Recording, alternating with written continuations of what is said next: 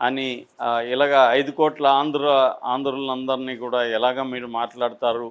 ఒక డిప్యూటీ సీఎంలని మీరు బెదిరిస్తున్నారంటే ఇంక మామూలు ఆంధ్రుల పరిస్థితి ఏంటి? ఇలాగంతా ఆయన మాట్లాడుతాడు. నిజానికి మామూలు ఆంధ్రుల పరిస్థితి ఇక్కడికి ఏమీ ఇబ్బంది లేదు. నేను రాయలసీమ వాడిని, చిత్తూరు జిల్లా నాది. నేను గత దాదాపు 26 ఏళ్ళు, 27 ఏళ్ళుగా ఇక్కడే ఉంటున్నాను. నేనే కాదు, అనేక మందిని చూస్తున్నాను. ఎవరికి ఏమీ ఇబ్బందులు లేవు. కాకపోతే ఇదంతా కూడా రాజకీయ వ్యూహాల్లో భాగంగా ఇవన్నీ జరుగుతుంటాయి తప్ప తెలంగాణ ప్రజలకి, ఆంధ్ర ప్రజలకి ఎటువంటి గొడవలు లేవు. నా ఫ్రెండ్స్ అంతా కూడా మెజారిటీ ఫ్రెండ్స్ తెలంగాణ వాళ్ళే ఉన్నారు. సో కాబట్టి అది ఇష్యూ కాదు. ఇక్కడ అర్థం చేసుకోవాల్సిన రాజకీయాల్ని. సో ఈ రాజకీయాల్లో భాగంగానే ఈ రాజకీయ నాయకులకి ఇది వాడుకోకూడదు, ఇది వాడుకోవాలి అనేదేమీ ఉండదు. ఇవాళ ఉన్న రాజకీయ పార్టీలకి ఎటువంటి ఐడియాలజీ, ఎటువంటి సైద్ధాంతిక చట్రము ఏమీ ఉండవు. వాళ్ళకి అధికారమే పరమావధి కాబట్టి ఈ అధికారం కోసం ఏ కేటగిరీనైనా వాడుకోవచ్చు. అది మతం కావచ్చు, కులం కావచ్చు, ప్రాంతం కావచ్చు, జాతి కావచ్చు, ఏదైనా కూడా ఏది ఉపయోగపడితే అది వాడుకోవడమే.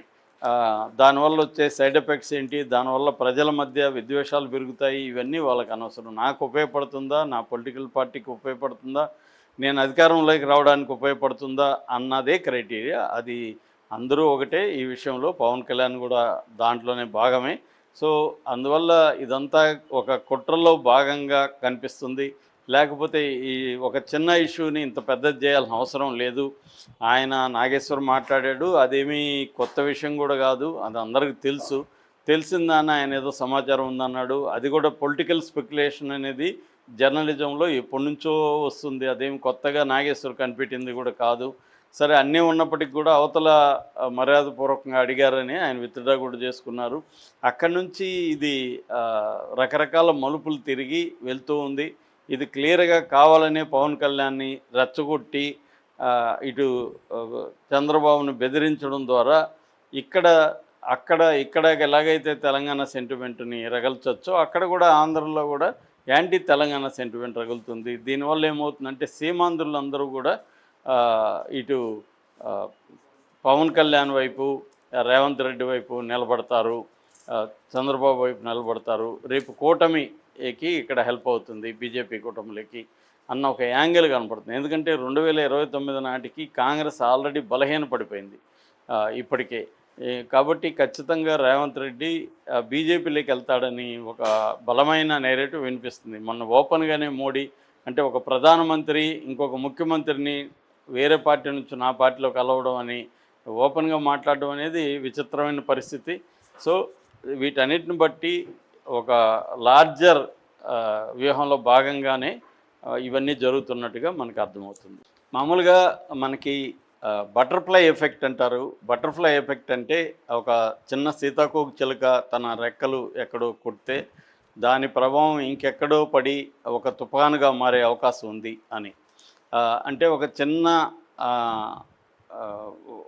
చిన్నగా ఒక దగ్గర స్టార్ట్ అయితే దాని ప్రభావం ఇంకెక్కడో చాలా పెద్దగా ఉండొచ్చు అని. అలాగా ఇప్పుడు ప్రొఫెసర్ నాగేశ్వరది ఒక చిన్న మాట ఆయన వీడియోలో మాట్లాడింది, అది ఇప్పుడు ఎక్కడెక్కడికో దారితీసి వెళ్ళిపోయింది.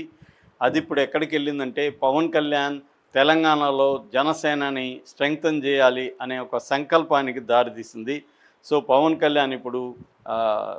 కళ్యాణ్ వర్సెస్ తెలంగాణ ఉద్యమకారులు అన్న ఒక తెలంగాణ జర్నలిస్టులు, తెలంగాణ ఉద్యమకారులు అన్న ఒక దీంట్లోకి మొత్తం హోల్ ఎపిసోడ్ వెళ్ళిపోయింది. యాక్చువల్గా నాగేశ్వర్ మాట్లాడింది ఆయన వెనక్కి తీసుకున్నాడు, అక్కడితో ఆగి ఉంటే అయిపోయింది. కానీ ఆయన అరెస్ట్ చేయాలని ఆంధ్రప్రదేశ్ ప్రభుత్వం ట్రై చేయడం, అది అరెస్ట్ చేయబోతున్నారని వీళ్ళకి తెలియడం, దాంతో ఇక్కడ ఒక్కసారిగా తెలంగాణ ఉలిక్కిపడి ఈరోజు నాగేశ్వర్ని చేస్తారు, రేపు ఇంకొకరిని చేస్తారు, వాళ్ళెవరు ఆంధ్ర వాళ్ళు వచ్చి ఇక్కడ అరెస్ట్ చేయడానికి అన్న ఒక ఇది ఏర్పడడానికి అది కారణమైంది. ఆయన మీద కేసులు పెట్టి అరెస్టులు దాకా వెళ్లకుండా ఉంటే ఈ పరిస్థితి వచ్చేది కాదు. ఎప్పుడైతే అక్కడ వచ్చిందో అదేంటంటే ఆంధ్ర వర్సెస్ తెలంగాణకు మారిపోయింది ఒక యాంగిల్. రెండో యాంగిల్ తెలంగాణ వర్సెస్ పవన్ కళ్యాణ్గా మారిపోయింది. సో ఇక్కడ తెలంగాణ జనసేనకు సంబంధించిన వాళ్ళు కూడా పవన్ కళ్యాణ్కి అండగా నిలబడాలని ట్రై చేశారు. అయితే వాళ్ళు కూడా ఎక్స్ట్రీమ్కి వెళ్ళి బూతులు మాట్లాడడంతో జర్నలిస్టులే వాళ్ళని నిలదీసే పరిస్థితి వచ్చింది. చివరికి ప్రెస్ కాన్ఫరెన్స్ నుంచి వాళ్ళు పరారవ్వాల్సిన పరిస్థితి ఏర్పడింది. సో దాంతో పవన్ కళ్యాణ్ ఇప్పుడు తెలంగాణలో పార్టీ గట్టిగా లేదు కాబట్టే కదా మనల్ని ఈ స్థాయిలో చేస్తున్నారు. చివరికి పవన్ కళ్యాణ్ ఫోటోను కూడా చెప్పులతో కొట్టడం కూడా మనం చూసాం. సో ఈ స్థాయికి మన మీద తెలంగాణలో ఉందంటే దానికి ప్రధాన కారణం మనం తెలంగాణలో జనసేన నిర్మాణం మీద, నాయకత్వం మీద ఫోకస్ చేయకపోవడం అనేది పవన్ కళ్యాణ్ భావిస్తున్నట్టుగా తెలుస్తుంది. దాంతో ఆయన తెలంగాణ నవనిర్మాణ సంకల్ప సభ అనేది ఒకటి ఏర్పాటు చేయబోతున్నట్టు ప్రకటించారు. జూన్ 2వ తేదీ దాన్ని తెలంగాణ జనసేన సాధక సమావేశం అని చెప్తున్నారు. అంటే ఈ మధ్య ఆయన ఆర్ఎస్ఎస్, బీజేపీ లాంగ్వేజ్ మాట్లాడడం మొదలైంది కాబట్టి నిర్మాణాల్లో కూడా అదే పదాలను పట్టుకొచ్చాడు. అంతా మొత్తం హిందీ భాషని పట్టుకొచ్చి జన సాధకులు ఇలాగంతా మాట్లాడడం మొదలుపెట్టారు. ఇప్పుడు జనసేన సాధక్ సమావేశం 2వ తేదీ పిలిచాడు అనమాట. ఈ లోపల కొంతమంది జనసేనలో చేరుతున్నట్టు కూడా ప్రకటనలు వస్తున్నాయి.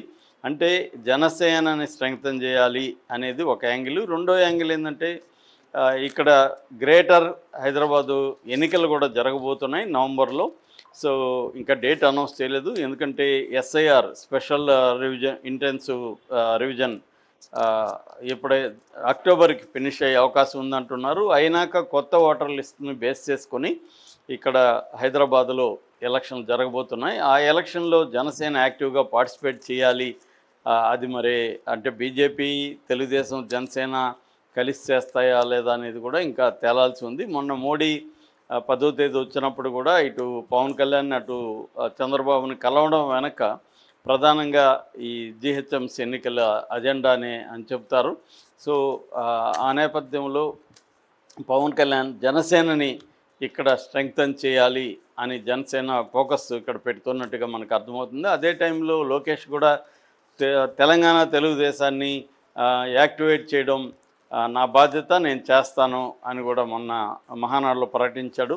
సో ఇటు తెలుగుదేశం, ఇటు జనసేనలు ఇక్కడ గట్టిగా కృషి చేసే అవకాశం ఉంది. ఇంకొక కుట్ర థియరీ, కాన్స్పిరసీ థియరీ కూడా ఇక్కడ వినిపిస్తుంది.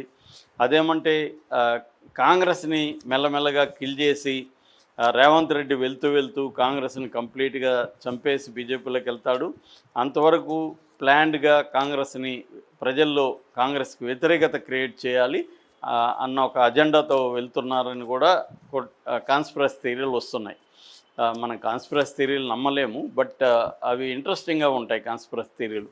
అందులో భాగమే మొన్న ఎన్టీఆర్ విగ్రహ ఆవిష్కరణ. అది తెలుసు, ఎన్టీఆర్ విగ్రహాన్ని ఆవిష్కరిస్తే ఇక్కడ ప్రజల్లో తీవ్ర వ్యతిరేకత వస్తుందని అది కాంగ్రెస్ మీద వ్యతిరేకతగా క్రియేట్ చేసేసి తాను బీజేపీలోకి జంప్ అవుతాడు. బీజేపీలోకి జంప్ అయినాక ఇక్కడ తెలుగుదేశం, జనసేన బలపడతాయి. అప్పుడు బీజేపీ